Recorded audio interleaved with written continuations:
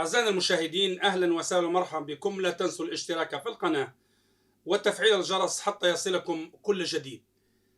اليوم موضوع حلقتنا في الحلقة الثالثة من الرياضة والآخرين موضوع شائك فعلا، وموضوع ربما محرج وموضوع مقلق جدا، ألا وهو كيف يمكن للرياضيين أن يتصدوا إلى تجارة الممنوعات في بلدان العربية وخاصة في المنطقة المغاربية. لاحظنا في السنوات القليلة الماضية كثرة تعاطي حبوب الهلوسة. بحثنا في مصادرها، وجدنا أن معظم هذه الحبوب تخرج من دول مثل ساوث أفريكا ونيجيريا إلى جانب بلدان أخرى في أمريكا اللاتينية. ولكن ما يعنينا هو كيف يمكننا أن نحافظ على شبابنا ونحافظ على مستقبل أجيالنا القادمة. هذا لن يكون إلا بالرياضيين. البعض منا يشتكي من سطوة هؤلاء العصابات أو هذه الحفلة من العصابات المجرمة في أنها تمكنت من السيطرة على الشباب، وأنها تدير شبكات ترويج حبوب الهلوسة والمخدرات مثل الكوكايين والهيروين ومخدرات أخرى إلكترونية لا أعرف كيف تصنع. كل هذا موجه إلى الشباب، والأغرب أن كل شاب أو طفل في المتوسطة يستطيع أن يشتريها، يعني سعرها ليس غالي. العملية أوسع من تعاطي المخدرات وسعرها. العملية هو أن هناك جيل كامل مستهدف في المنطقة المغاربية. أذكر المشاهدين الأعزاء ما وقع في الخرطوم.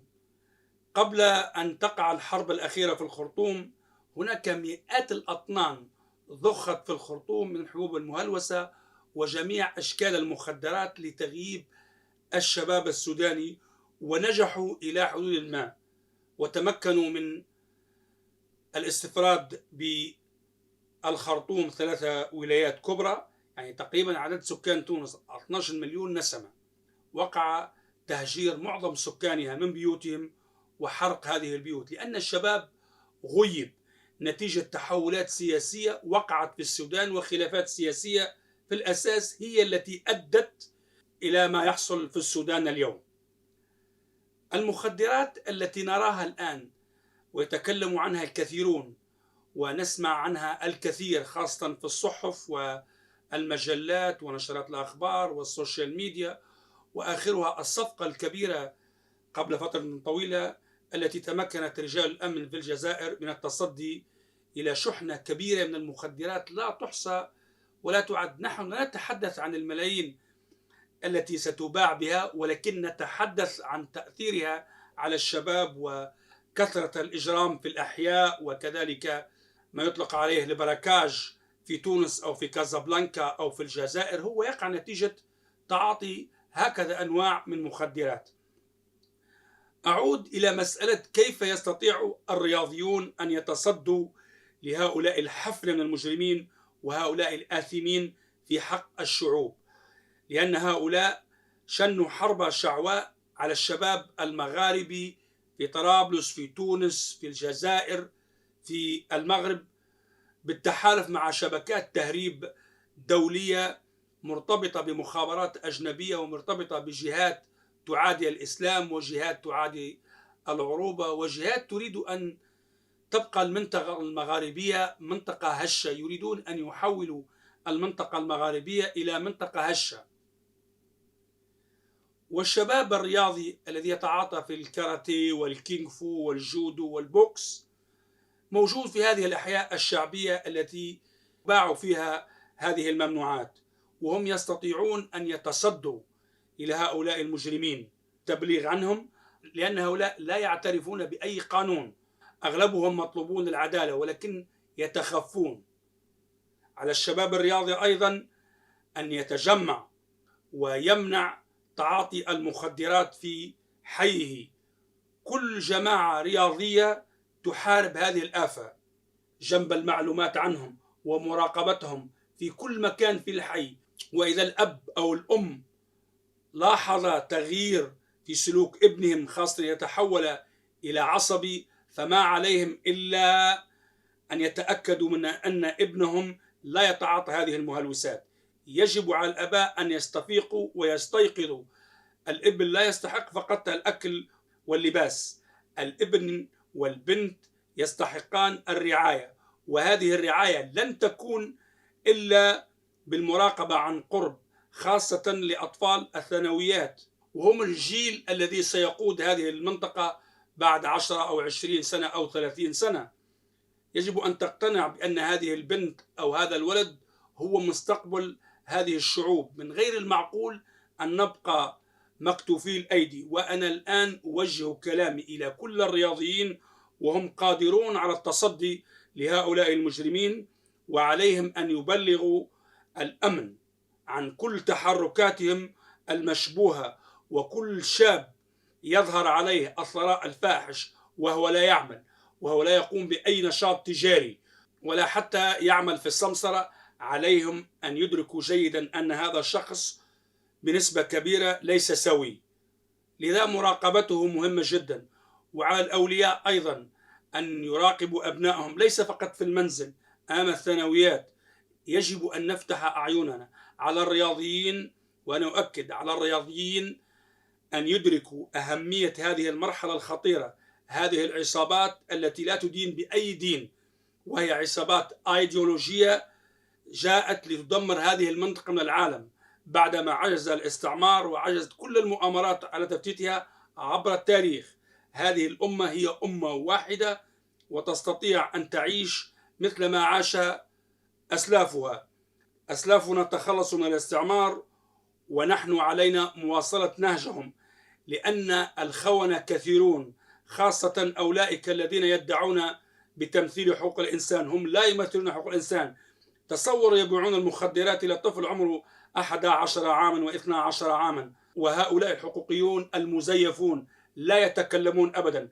تجدهم دائما يدافعون عن مصالح الغريب ولا يدافعون عن مصالح أبناء جلدتهم.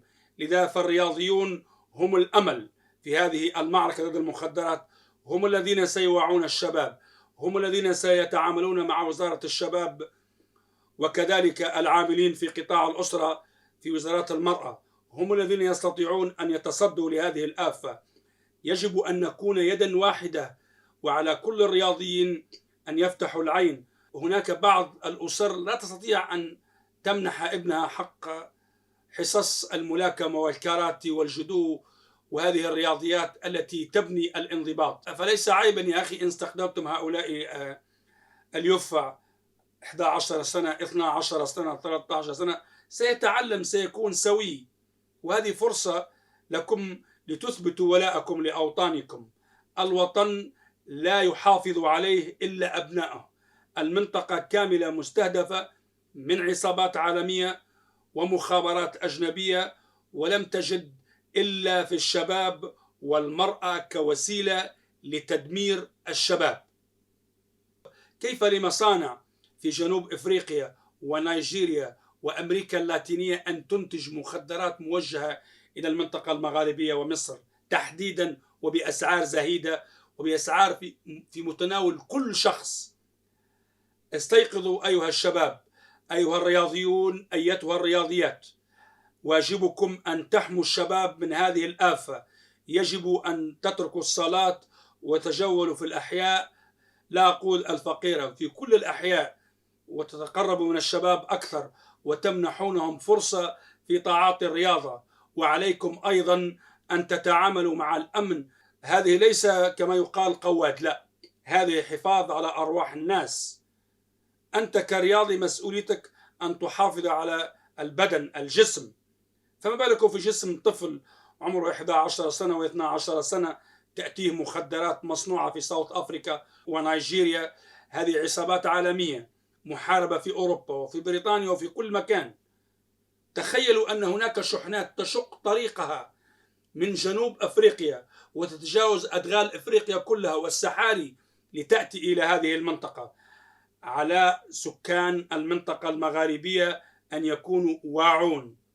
الكونغو حدثت فيه مجازر نتيجة هذه المهلوسات.